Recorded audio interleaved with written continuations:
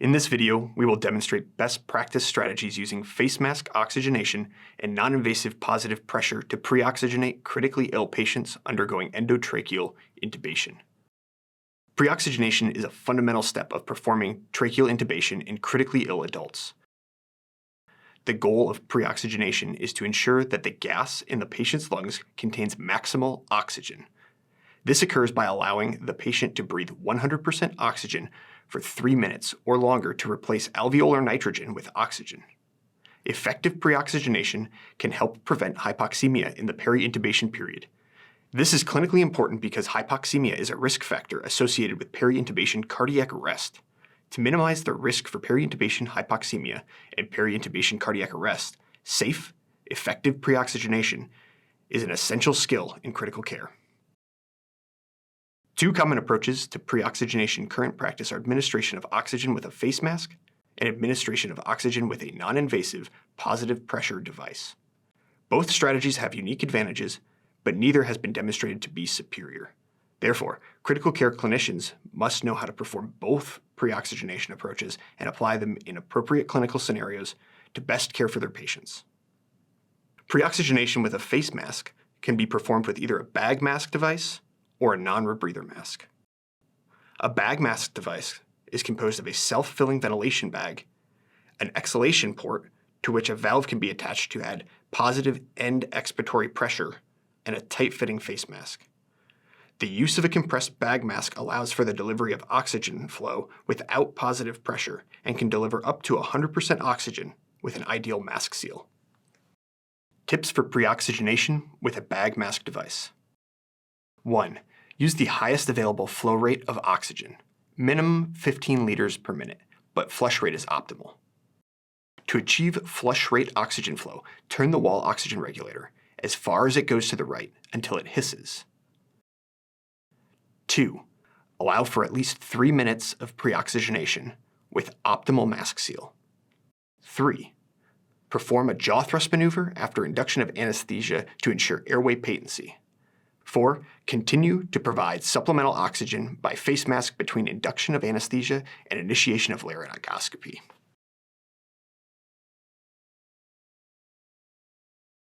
During the preoxygenation period, a bag mask may be used to provide oxygen without ventilation by applying the face mask with a good seal to the patient's face during spontaneous respiration. However, while preoxygenating, no ventilation should be provided.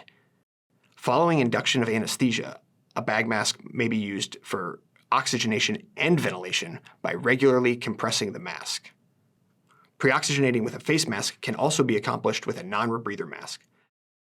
Specifically, a non-rebreather mask is composed of a self-filling oxygen reservoir, a unidirectional inspiration valve, and a loose-fitting face mask with 2 exhalation ports. The use of a non-rebreather mask allows for the delivery of up to 100% oxygen. Tips for successful preoxygenation with a non-rebreather mask. 1. Use the highest available oxygen flow rate, at least 15 liters per minute, however, flush rate is preferred.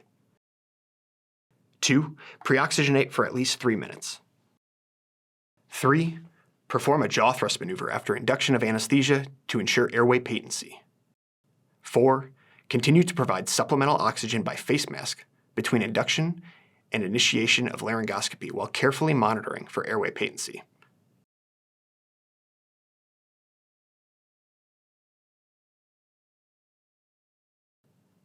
Preoxygenation can also be facilitated using non-invasive positive pressure. A non-invasive positive pressure device can deliver up to 100% oxygen through a dedicated bi-level positive airway pressure device, or BiPAP machine, or using a mechanical ventilator.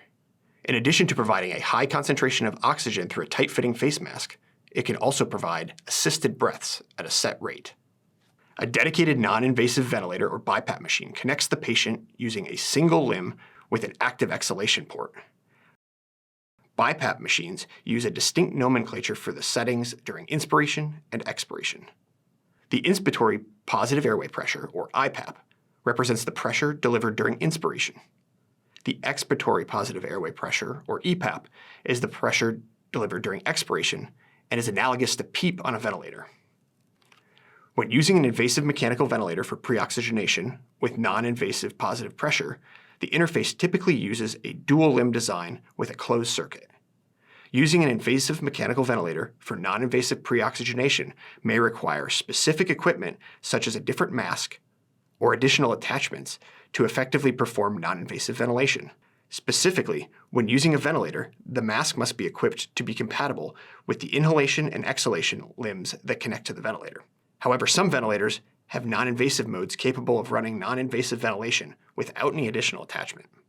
Understanding the specific abilities and limitations of the ventilators at your institution will be critical to successful preoxygenation. While some invasive ventilators have a BiPAP mode with identical settings as the conventional non-invasive machine, many ventilators can only perform modes of ventilation traditionally used for intubated patients. When a conventional ventilator lacks a BiPAP mode, a pressure mode of ventilation can be used for the preoxygenation phase, but this requires different nomenclature. Specifics for non-invasive modes will be unique depending on the machines available at your institution. However, it is important to understand if the non-invasive mode or the pressure modes of the ventilator are PEEP compensated. Generally, BiPAP machines are not PEEP compensated and use their own terminology. As mentioned earlier, positive end expiratory pressure, PEEP, is identical to EPAP.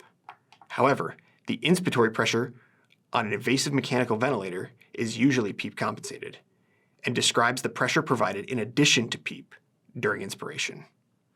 To provide the equivalent of BiPAP that is not PEEP compensated at 15/5 using PEEP compensated pressure controlled ventilation would require an inspiratory pressure of 10 centimeters of water and a PEEP of 5 centimeters of water.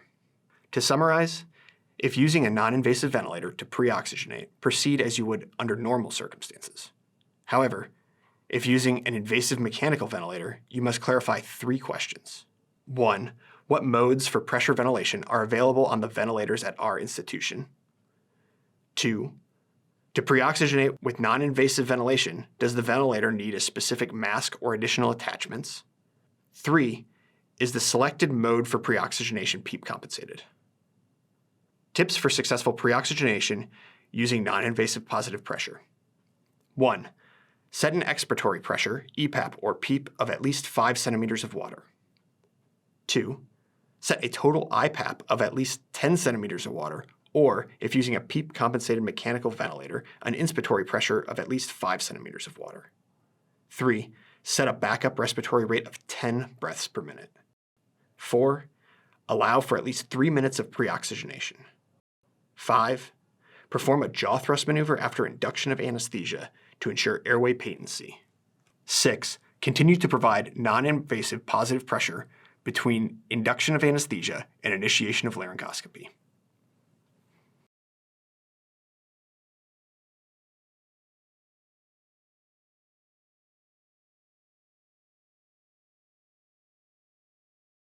Evidence comparing face mask preoxygenation to non-invasive positive pressure preoxygenation in critically ill patients is sparse, with only 2 small trials to date.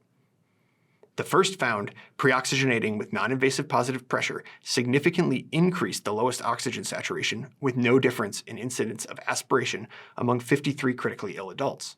The second examined the severity of illness at 7 days after intubation for patients preoxygenated with a face mask versus non-invasive positive pressure devices, and found no significant difference in severity of illness among 201 critically ill ICU patients.